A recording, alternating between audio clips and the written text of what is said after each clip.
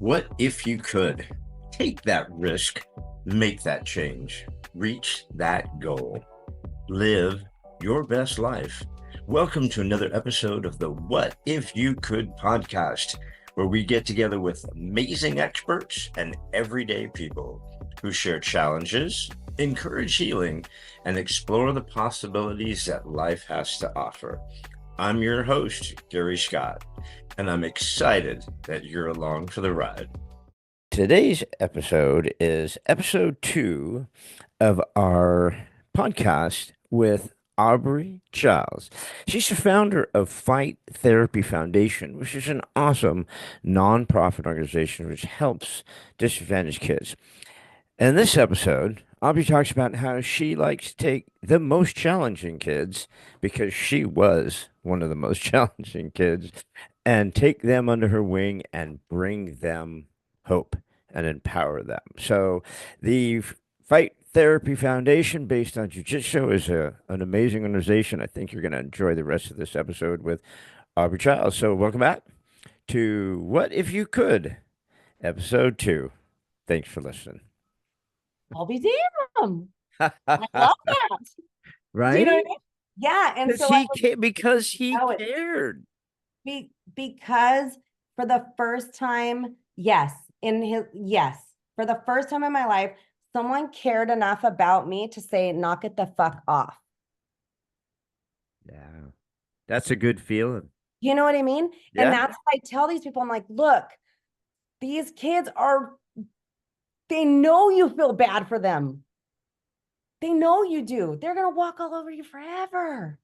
Someone needs to come up in here and be like, hey, motherfucker. Hey, stomp your ass. I will bust your ass. I was Don't let all this hair and this pretty face fool you, bitch. I will no. bust your ass.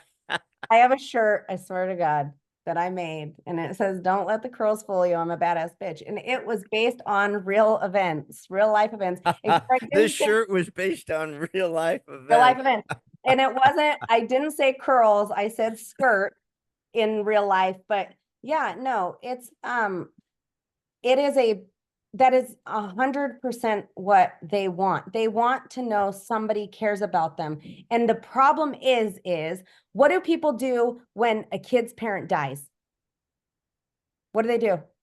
They just baby the shit out of them. They buy them gifts. Yeah. Like a gift can replace your dad or your mom. And it's because people are uncomfortable and they don't know what to do. But it's like, don't treat me different. Yeah. Like, this sucks for me, but don't try and buy me off, or, and so people coddle these kids. Oh, they didn't have a mom and a dad. I'm so sorry. They will walk all over you. They will learn to, you know what I'm saying? And for the first time, someone was like, hey, no, I care enough not her. I care enough to kick your ass. I care enough to hold you accountable, right? And that's the thing with grief. I do grief counseling.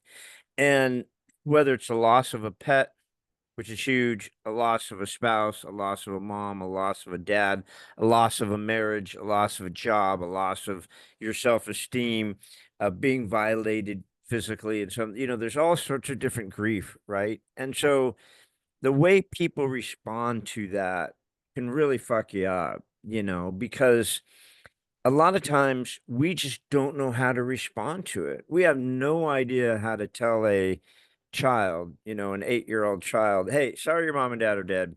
Here's a puppy. You don't know how to, we don't know, have coping mechanisms like that. But when you're able to offer these kids what you're trying to offer these kids, which is a family, a home, not necessarily a physical home, but a home where you can come to, um, Someone to be proud showing of. discipline, right? Empowerment. I mean, you're changing lives with that shit. Thank you. It's, I, it's the best feeling in the world when you hear that you changed someone's life. My daughter just recently graduated, and one of the kids he was graduating with her, and their parents happened to sit behind me. And I said, I am so proud of him, because when he came in, he was, it was starting to veer. And that's why they brought him to us. And she said, it's because of you. I know that if he wouldn't have gotten into jujitsu right then, he would have veered the other way. And it was like the right time. And you steered in the right direction. And that's the thing, is people don't um understand how important it is to just be there. You don't really have to do much, like be there. Like, and in it, like you said, the discipline, and of course the confidence, come on, but the the discipline of having someone say, holding you accountable when you want to do something douchey is, and everybody does in life, right? We all have the ability and we want to do something that we shouldn't do. And we usually have people to step in to say, you shouldn't do that. And right. And if you don't, or your parents don't know how, or because they're not, some parents are amazing and they just don't know how to deal with someone like, say, me. And they're like, my kid is just off the fucking rocker, like, I don't know what's going on. Help him. And I normalize him and go, hey, actually, this is an incredible quality that he has. He needs to learn how to maneuver it. He needs to Exactly. learn how to control it. But he's going to be a leader. He's going to be a CEO. He's going to change the world. Yep. But it's driving you fucking nuts because you are like, oh my God, just behave. And I was like, and he's doing the same thing. He's inside going, oh my God, why are you all so stupid? Right? And so I'm like, and so I let them be. What's the first thing parents take away when your grades are bad? When you what? Your grades are bad. Oh, well, they take away your cell phone. They're like, take And away your cell phone, take away your privileges, huh? your Your sports. sports. Yeah. Oh, we can't do that because his grades are bad. We had a kid come in F's, getting high, doing everything, blah blah blah, and we had tutoring and stuff. So what we offer tutoring. He went from F's to getting high, and he was overweight. He lost all his weight. He joined the football team, and he started getting straight A's. It's just it's a little shift. They Yeah. just need to know someone loves them. And here's the hard thing for parents is they don't sometimes, because sometimes the parents are great, and sometimes it's just they don't understand their kid, right? Because their kid's different. And it's okay to let somebody else, it takes a village to raise kids. It's okay if you don't have that quality to let somebody else come in and nurture that.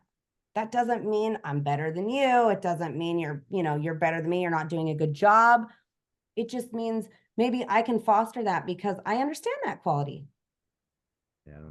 you know? Yeah. And I deal with that a lot because people reach out to me um from the stuff that I do and these types of podcasts and stuff and say, dude, would you talk to my kid? Because he's completely fucked up. And then after talking to the kid, I realized your parents are pretty messed up. Right? And so Yeah. but here's the thing, bro. There is no manual. When you came flying out of your mom, they didn't hand her and your dad a manual that said, "Here's how you raise a human, another thing that you guys created, right?" And you didn't get the handbook that said, "How do you raise parents?" Right? Because you guys are raising each other. There's going to be shit. COVID exposed so much of that too, right? Where people like, I fucking hate you. I hate my husband. I hate my kids. I hate all this bullshit. I am going to start smoking meth and just live under a bridge. I fucking hate all of you because because no one lives in reality, right? They all live in this fake bullshit world. And COVID just kicked them right in the nuts and said, hey, here's reality. You're all stuck with each other, so you better figure it out. And they couldn't run and hide. Mhm. And so a lot of people made it through it, but a lot of people didn't make it through. Yeah, But I want to revert back to a lot of the things that you said in your bio about there's a lot of kids who don't have parents. The right. foster, the Yes. juvenile home system, um, God, the sexual violence. I mean, now the sexual trafficking that's going on and the violence that's going on with kids.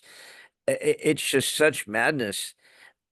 I would imagine when you get those kids, like you said, you want to take the worst ones. They seem to be the ones you're most attracted to.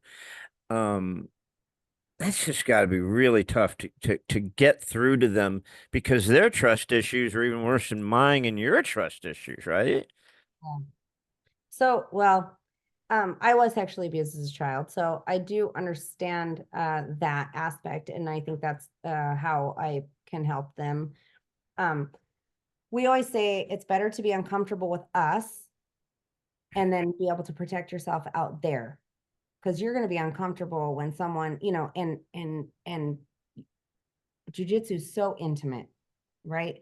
And so we'll get kids who you can tell have been sexually abused, and we have a thing called guard, and it's Called where you called what? guard. So you All right. get in the guard, right? And it's in between your legs, and and you can tell when someone has been sexually abused because the kids will lock their knees.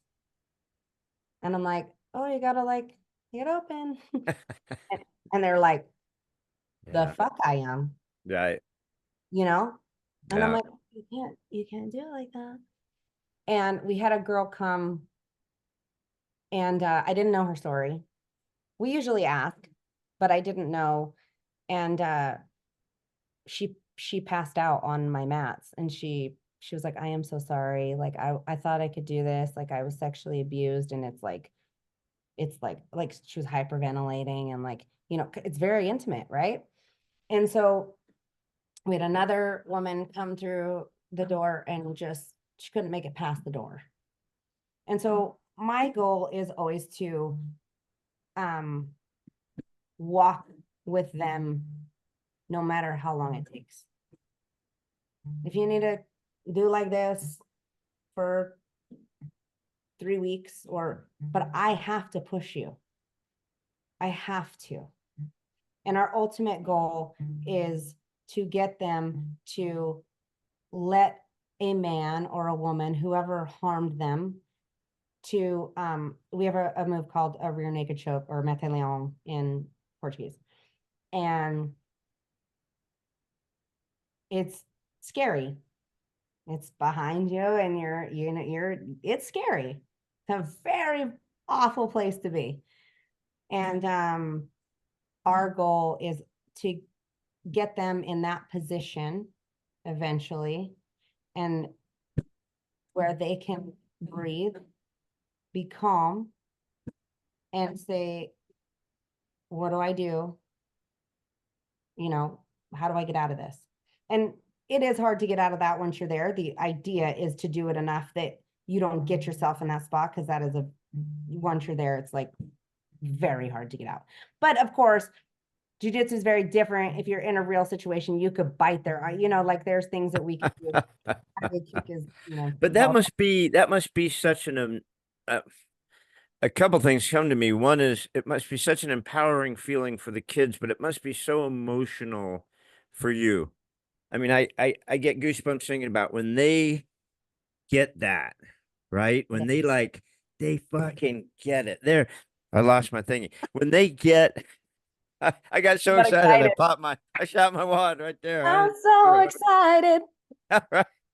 So I got to hook you up with my other friend though. But right, I mean, just that they got it because I'm super claustrophobic. The thought of being choked out like that, I'd be tapping out before I even put my chi on, my gi on. But when you work with the kids, right, and you keep getting them closer and closer, and they get to that point where they can take that and they don't panic and they don't lose that, that's gotta be emotional. It is. I'll tell you two situations that, specifically, not with sexual abuse, but we had a kid come in, he was bullied and, just very timid and like, overweight, someone you could tell didn't have a lot of self-esteem, and that's why his parents wanted him to come in.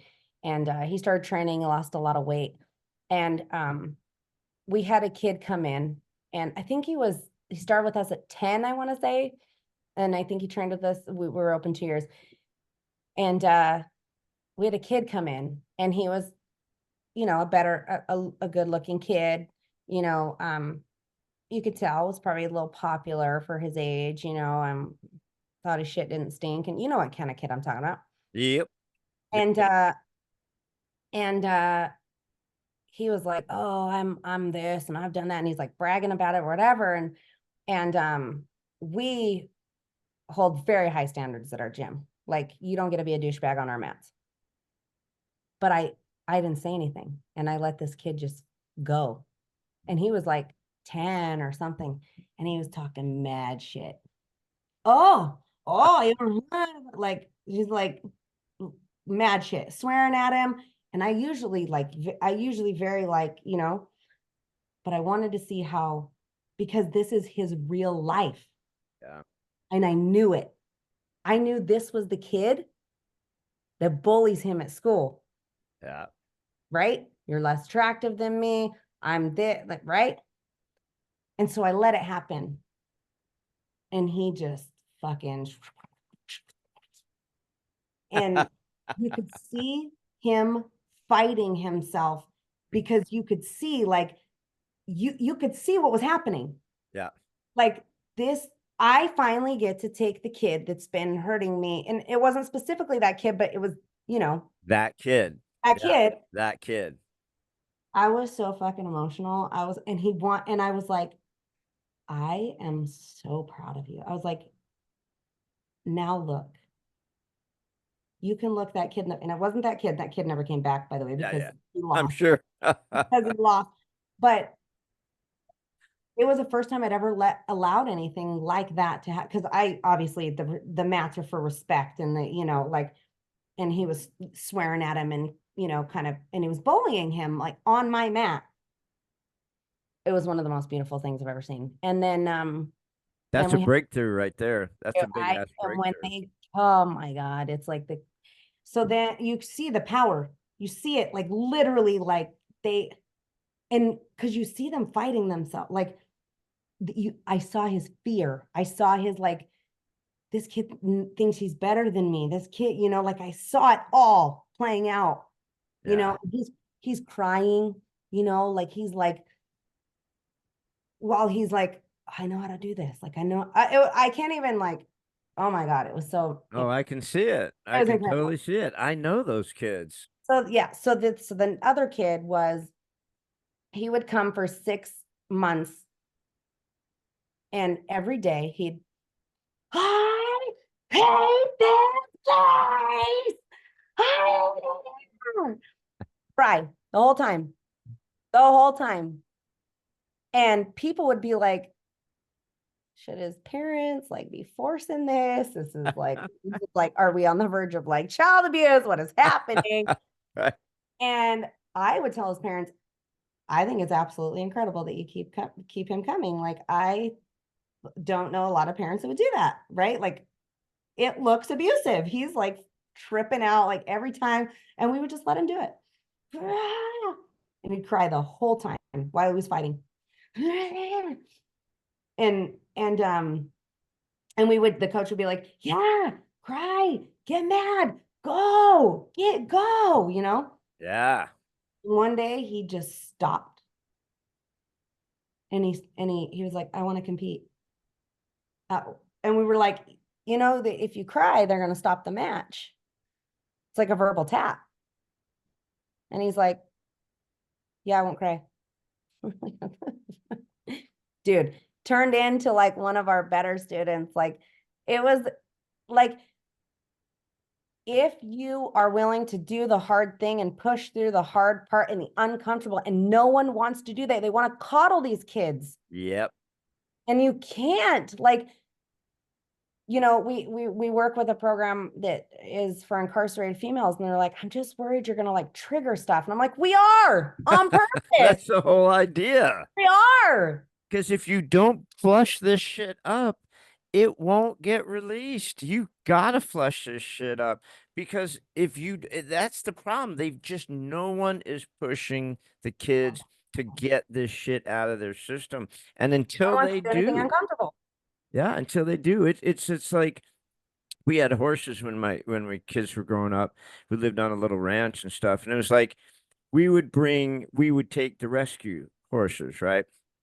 And we had one named Cheyenne that was just so abused. I don't remember what her name was before she was Cheyenne, but some stupid fucking name like Buttercup or some stupid shit. She was just gorgeous, red, Arabian, strong, beautiful horse. I'm like, Buttercup, fuck that shit. You're Cheyenne from now on, right? So, but no one could touch her. No one could come near her because she was so abused. So when we'd bring the furrier in, he could handle it. And I go, how do you do that? And he goes, oh, I work with unbroken horses all the time. I'm like, well, would you work with her?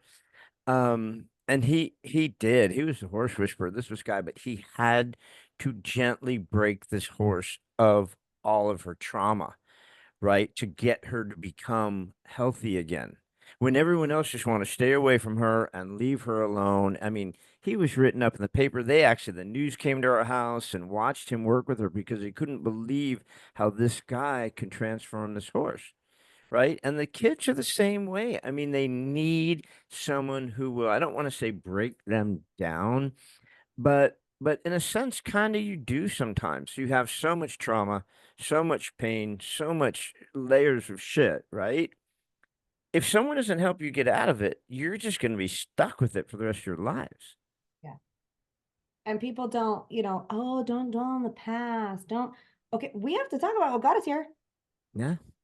We got to Yeah. talk about it. What do you want me to Yeah. just go drink or like, let's, pretend it didn't happen? Like, oh, no, that's not how that No. works. So let me ask you about something else that you brought up that I found was that just made me think of this a second ago. She talked about the women that were incarcerated, but you said something to me, I think, about where you eventually, once you get these kids into a certain space, that you'll bring the parents in or the father to work with them too. Yeah, so that's I met a guy, his name's Scott Reed, and he's an author. I read his book actually, and again, my little man syndrome, I was like, let me just message this guy and see if he'll write back. And he did. And it was great. See, this is And when his it name is benefits me. Scott Reed. Scott Reed, and it's called The Power of a Dad. Oh wow. Oh my Look it God. up. I cried hysterically in the first few pages. And I was like, I have to reach out to this guy. So the organization that we're working with, 98% of the homes are single mother homes. And I don't remember the statistics, but I think it's something like 92% or something of incarcerated individuals are fatherless homes. And I messaged him and I said, would you be willing to put together a course based on the chapters of your book? And when they court order this program, jujitsu, it will be included that the fathers have to come and do this 12-week Power of a Dad, and it's got journaling. So it's like, and it makes them like, what do you think of a father is? And, what did you not having a father, how did that affect you in your life? And it's funny because like, I always try and discredit people. That's my toxic trait. Like, I'm like, let me find out all the reasons why you can't help me because you don't get what I'm going through. Right. That's kind of Right. my asshole trait. And I told him that when we did a Zoom, I was like, this white guy doesn't know anything. He's never been through any trauma. What the hell does he know? And I did the whole time, the whole book. I was like, God, this is good. God, this is good. Like, why? And then seriously, I was trying the whole time to discredit the whole thing. And I came to the conclusion, I said, you know what? Who better than to tell you how to be a good father than a good father? He knows what it means to be a good father, and he knows what it means to have had a good father. He's successful because somebody was there for him. But he also includes like coaches and stuff, like the importance of the people around you, teachers, coaches, Yeah. right? Like it's you, what you do. Like you're, for someone that didn't have that, you're a guide, right? Yeah. And so I was like, I know and here's why it came about, and we talked a little bit about it. We would always pressure the parents to, and I say pressure because I mean pressure, and I have no shame in that, Yeah. for the parents to come train with their kids. Like, when are you gonna put on a gi? When are you gonna put on a gi? Come train. When are you gonna put on a gi? And and they will, yeah, I'm not shy about it. I'm like, You are so not a ball buster. You're just not a ball buster at all. I'm like, they're like, I said I will. No, no, today I have one right here. You're welcome. And I do it until I get what I want. Yep. And so we actually would have people say we saved their marriages. Um, I mean, just like family. What's it like when the dad shows up and he's doing his training and stuff, and then now his son, the son and the father get to interact in the jujitsu? I mean, that's got to be massive. It's amazing. And here's the thing is, what guy doesn't like to roughhouse? Do you know what I mean? Yep. Like, and so it's an easy thing. Like, come on, you already want to roughhouse with him. Like, you already want to roughhouse with it. Like, guys like to roughhouse. That's what you guys have My been doing my since you were. boys, I've got a 31 year. How old are my kids? 31 and 30, I think. 30 and 31. I don't know, something like that. And they're still my best friends. They'll come in, I will give them noogies. My youngest one, Zach, who's a big badass Air Force canine gun toting. I don't know who his father is because he's way taller and better looking than me. I always tell him, "Who's your father?" Your freaking mom. But yeah, we will still go at it. I mean, we go on the golf course, we shoot, whatever we're doing, we're competing. I mean, they are That my guys, right? Because we're dudes. That's what we So do. that's what I was gonna say, is then there's this healthy competition. Like the dad's like, oh, you think you're better than me just because I'm 50? Bring it. Oh, your ass. Get over Bring here. it. And then there's this, right? And then this the child's like the first time I rolled with my daughter, I was like, oh my God, she secretly hates me. That was for every time like I've taken her phone. That was like for every time she's like, I felt this like, oh my gosh, she wants me dead. And so there's this like healthy like outlet that the kids get to beat you up because we all signed a waiver, Right. and but the parents don't win because they're tougher. And and then they start going to competitions together, which what fills their Saturdays and Sundays together. They're Yeah. together. They're doing things that they both like, that they all like. What does a mom like to do? Be supportive. I'll make a fucking shirt. Do we all want shirts? Right? Yeah. It's everybody involved. And then a lot of the times we've had a lot of success getting the moms on the mats. That's my thing. I want all the females to train. So I'm always like, and you next. Like, so Get I, your fat ass over here and get hey, on the girlfriend. mat. All right. Yeah. Because I need to get you in shape and getting toughen your shit up. But here's the other thing I was thinking about for the dad, too. It's like, imagine how that's going to change the man. It's like, I've got my son back. I want to be a better man now for my son. I've got a second chance. If I start crying right now, let me know if I don't want to get electrocuted. But it's like, I want to be a better man for my son. And this is another chance for me to make that happen. That is so fucking huge. I can't even say that. That makes me really emotional because when my wife passed, I I was just so suicidal. I was just like, fuck it. I got all these guns, ammo, alcohol. I'm out. I just don't want to be here without her, right? But every time I looked at my son's pictures, it was like, I can't leave them without a dad. They already lost their mom, right? And I just, being there for my kids, being there for my boys saved my life, literally. So I can imagine these guys who kind of are a little fucked up. Maybe they did something wrong. They lost their kids. They get that, 15 minutes of supervised bullshit in the park, you know. Um, God, what a way to turn around a man. So I had the privilege of writing several of my friends when they were in prison. And that is something that they wanted. They wanted to be a good father, and they felt like they didn't deserve to be a father because they'd made mistakes.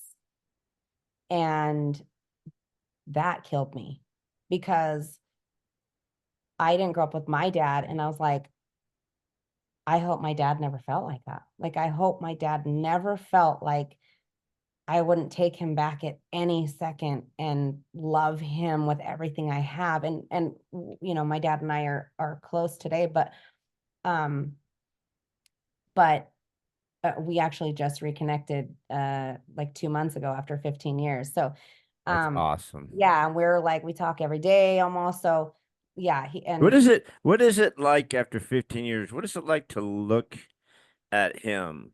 I look just like him, so Huh? I look just like him, so That's what I'm, yeah, that's what I'm thinking. You're looking at him because my dad died at 31. No, I'm sorry. He was 61. I was 30. And now I'm 61 and my son's 30. So I'm like, dude, I promise I won't die like my dad did.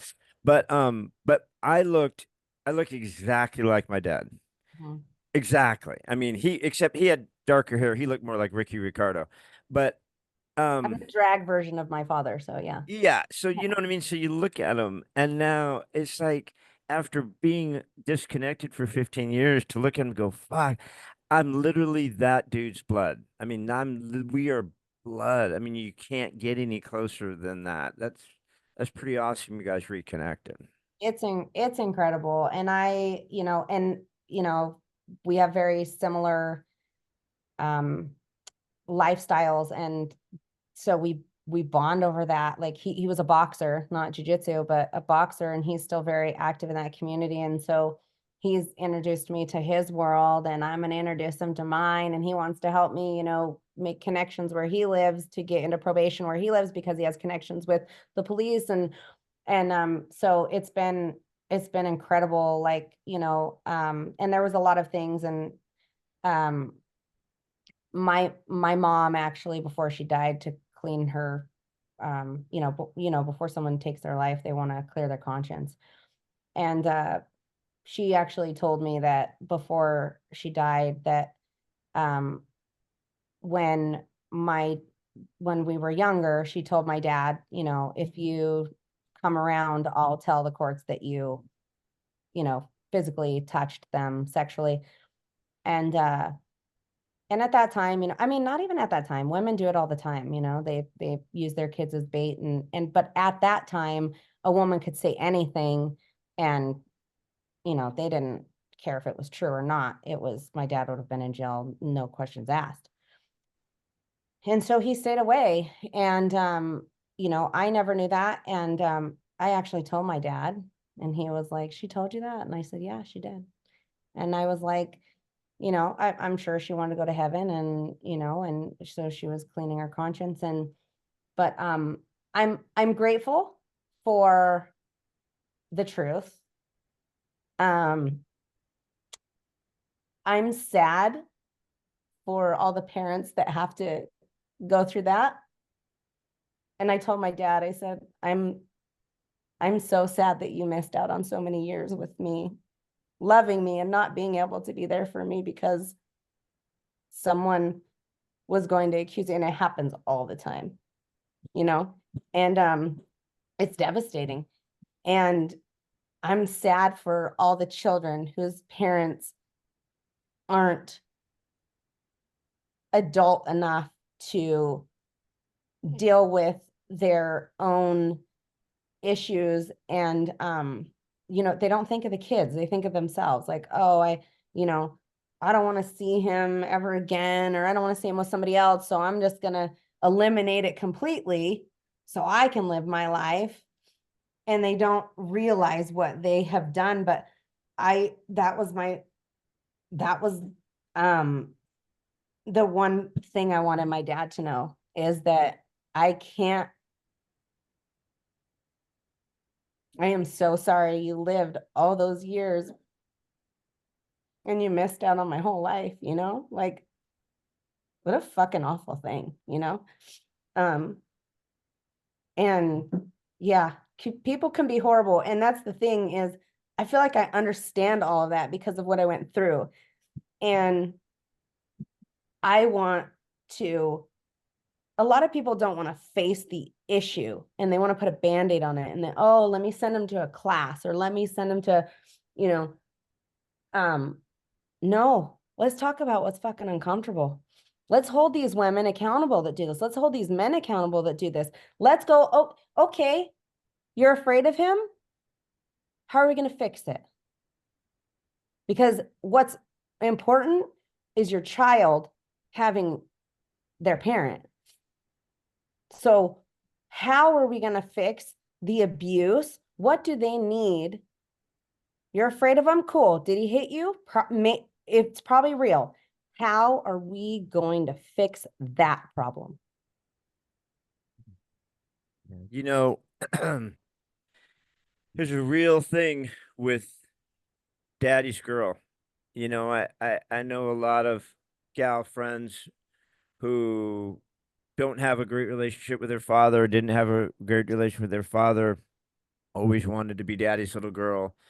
And for whatever reason, either the guy's not capable of being that, the man's not capable of getting there. He's got so many of his own demons. Maybe the wife, like your mom, keeps him away by saying what she did. Um, but the grace that you're able to bring that back with you and your father is such a heavy thing. It's such an emotional thing. Daddy's got his little girl back. And trust me, that means words can't describe what that means to your father. Yeah. We'll never get your mom back. Yeah. I hope somehow you guys made peace, Yeah. but what you're doing with this foundation, uh, like I said, I mean, when we were talking on the phone, I was driving and I almost wanted to pull over because I was emotional just hearing about what you're doing. Um, I'm a great dad. I Yeah. don't mind saying it. People tell me that all the time. My son is in the service. He always wanted to be in the service and service country, and he does a great job. My other son's running for city council. He's a great dad now. I was a good dad as I didn't have a good dad. Yeah. Not everyone is fortunate enough to be a great dad or to have a great dad. Um, Let's change Not that. everyone's fortunate enough to have a great mom or to Yeah. be a great mom. Yeah. Um, but what you're doing, healing people like this, honest to God, Aubree, it's everything that you fucked up as a kid is you've healed. Thank you. you're you're healed. I've healed you. Thank you. In the name of Amen. Amen. Jesus. Dear God, we're both crying I now. know. Fuck it. No, God dang it. I didn't know. Told you. Yeah. Told you I didn't want to get fucking electrocuted. My eyeliner's running. My mascara's all fucked up. Um, I just saw this meme and it said, "Don't come and tell people don't come and tell me people's problems. Either help them or shut up." And that's how I feel. Like everyone makes mistakes. I don't give a shit how douchey, how big of the mistake is. Yes, of course. I'm not saying what they did is right, and I'm not saying everybody, you know, is going to change. But we have more power than we think to change a life. And people just don't, oh, I don't want to get involved. Oh, it's none of my business. No, the fuck it is. It's your business because when they're making shitty mistakes, you're going to pay for it somehow. yep. Yep. You And know? that's why I'm doing this. I mean, in my heart, I'm not a good person. I am a great dad, but I'm not a great person. I'm fucking, I'm selfish. I I'm bitter. I got all sorts of fucking problems, man. Love it. So Thank you for I being am honest. no saint. Thank you for being Trust me honest. on that one. I got wicked trust issues. I got all sorts of shit. But I wanted to do this because of people like you. There's people out there that have these stories and are doing amazing things that it needs to be told, because all we want to do is get mired down in this bullshit of everything that's fucked up and everybody's that's fighting and all this stupid shit, right? When there are great people like you trying to do something good. And if we don't hear enough of this stuff and too much of that shit, we're just going to keep going down this rabbit hole of everything's bullshit. So I really appreciate you coming on. I do have a couple more. I did actually write down a couple of questions because these are important questions for me. So I guess the number one thing for me is, how can people help? How what at this stage do you need? Obviously money, but do you see yourself? Like I said, I've got one friend of mine, she runs a jujitsu. She's what do they call it? A geek? No, what do they call the place that they do the I just call it a gym, but some people call it a dojo and some people JoJo? Yeah. Okay. So she runs a dojo or whatever they call it, JoJo's. I feel like that's for karate, but I don't know. Yeah. So she has one of those, but she works with a lot of special needs kids. Um, And then George, my buddy, runs a jujitsu. It's strictly jujitsu. So I have to get with them. So are you looking, franchise isn't the word, but you know what I mean? Franchise is the only thing that came to mind. Are you looking for other chapters of your foundation? Are you looking for people who who have something that can kind of start taking on and help you? Yeah, so that is also something that, we're doing until I mean, I think we'll do it forever. It's how I started actually.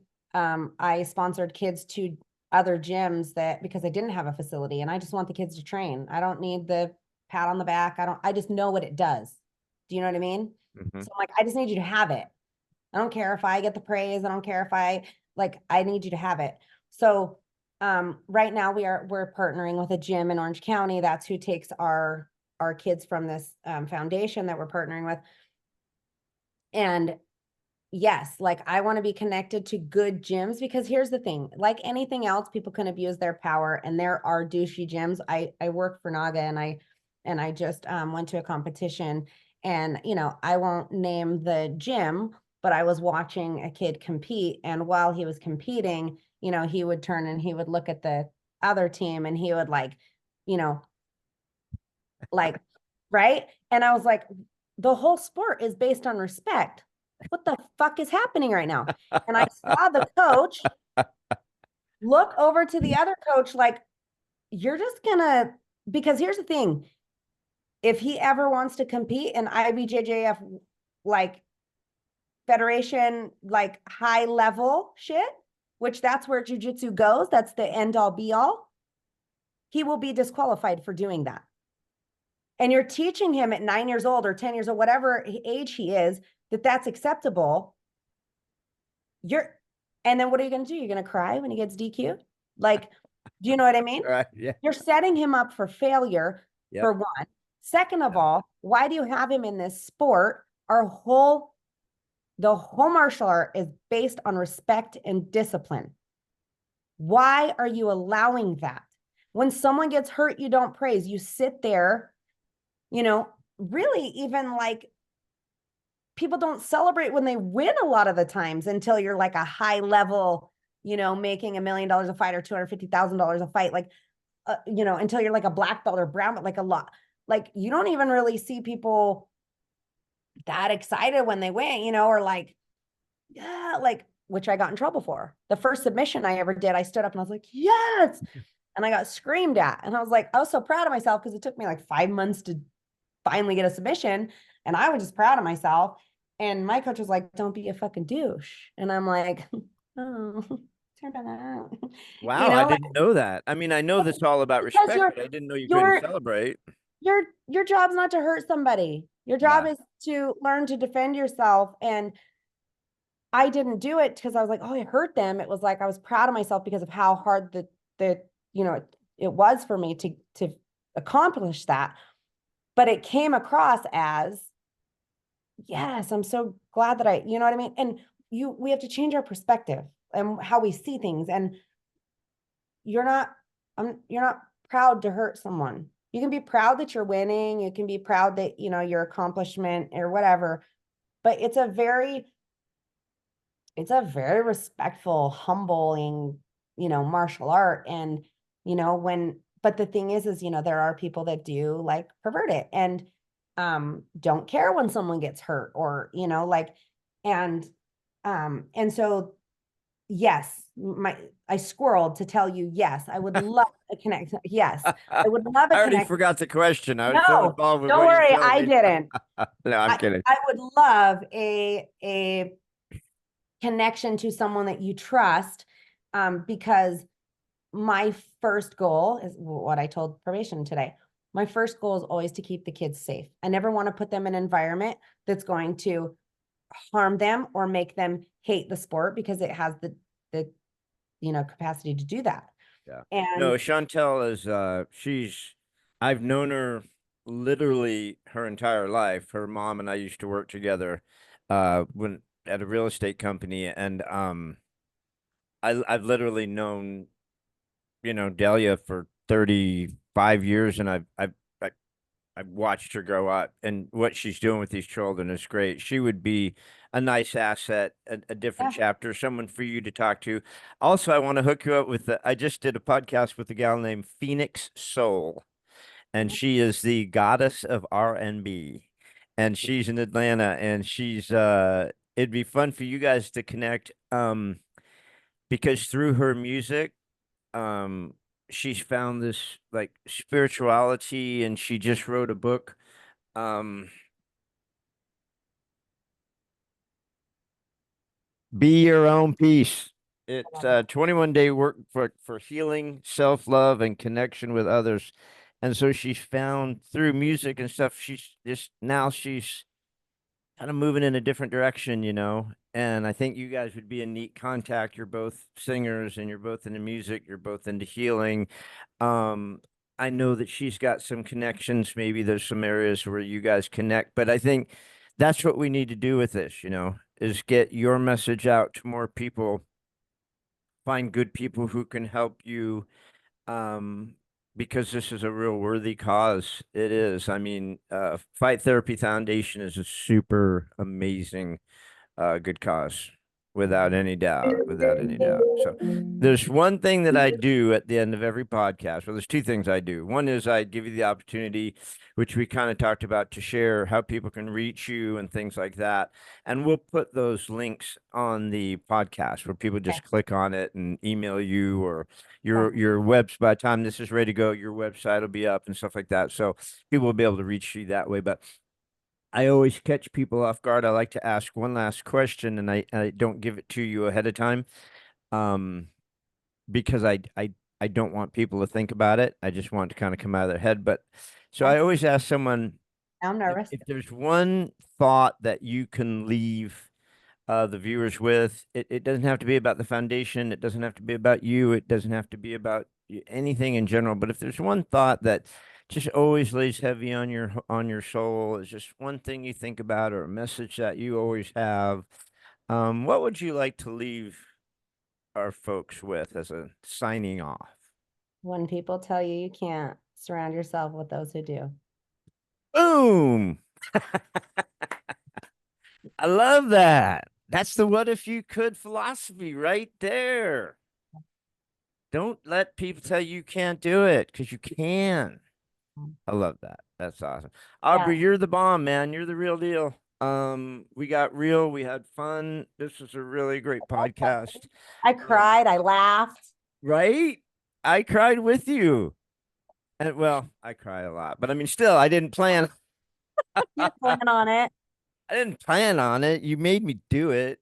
Love it. I Telling love it. mom. But so this was really great. I really appreciate you coming on with me. Thank Again, you for having me. everybody, this is Aubree Child. It is the Fight Therapy Foundation. We're helping children and parents and just people through jujitsu.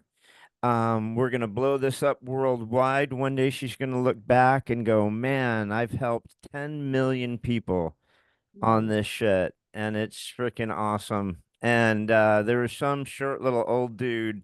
I don't remember his name, but he had it on a podcast, and we blew this shit up. So No, I'm gonna come back. We're gonna do another one. yes, we're gonna come tell about the success, and we're gonna get all these people. But I do have some people I'm gonna hook you up with just outside of this stuff, to let you know. But thank you again so much. You were awesome. I'm very grateful for you coming on with What If You Could, and let's blow this message up.